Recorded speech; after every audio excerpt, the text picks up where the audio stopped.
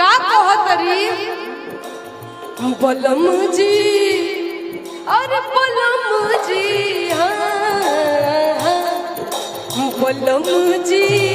आ जईता बलम जी आ जईता अपना नैया के झुलुआ झुला जईता अपना नैया के झुलुआ झुला जईता ए बलम जी आ जईता देवर तान देहिया अतल रचाई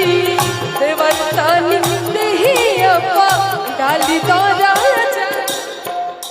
तो भोजपुरी गाई नो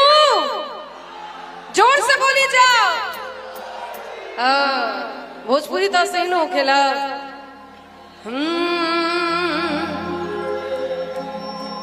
का गाओ जाओ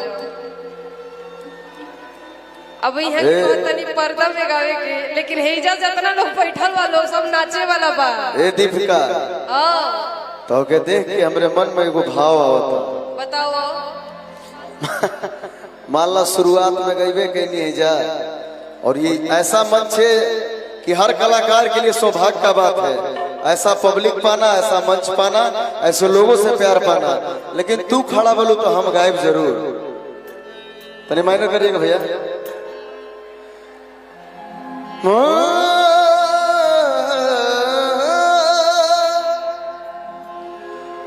हर डोला